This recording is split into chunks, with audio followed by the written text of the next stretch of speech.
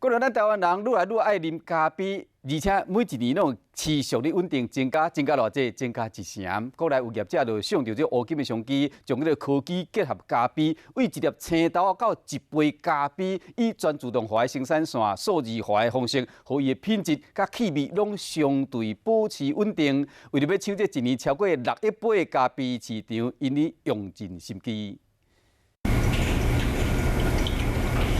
把开关切落去，冲泡时间爱偌久，爱偌济水量，这洗款的速度紧也是慢。它可以做很稳定的一些标准冲煮，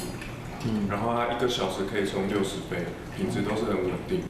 透过科技结合研发出这台冲咖啡机，这口味当达到标准，冲煮的速度嘛当应付消费者的需求。因为台湾人真正真爱啉咖啡，台湾一档外早咖啡杯数达到6亿杯，每一人平均一档会啉掉204杯，就因为现做咖啡的毛利率高达5成，导致乌金市场业者愈来愈多。家己这个业者主打科技化，除了研发自动手泡咖啡机，对一粒青豆开始严格要求。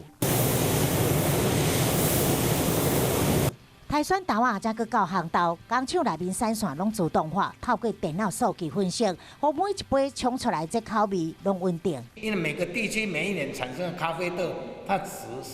跟味道是不一样。那我们用电脑控制，我们可以把它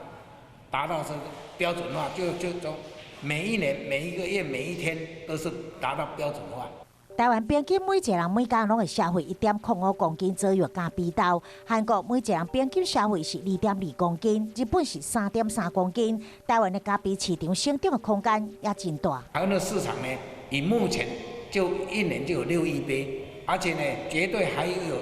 成长加倍的成长以上的空间，所以我们非常看好这个咖啡的市场。 愈来愈多人介意咖啡的气味，嘛，互台湾现做咖啡市场需求，后续的爆发力是持续看好。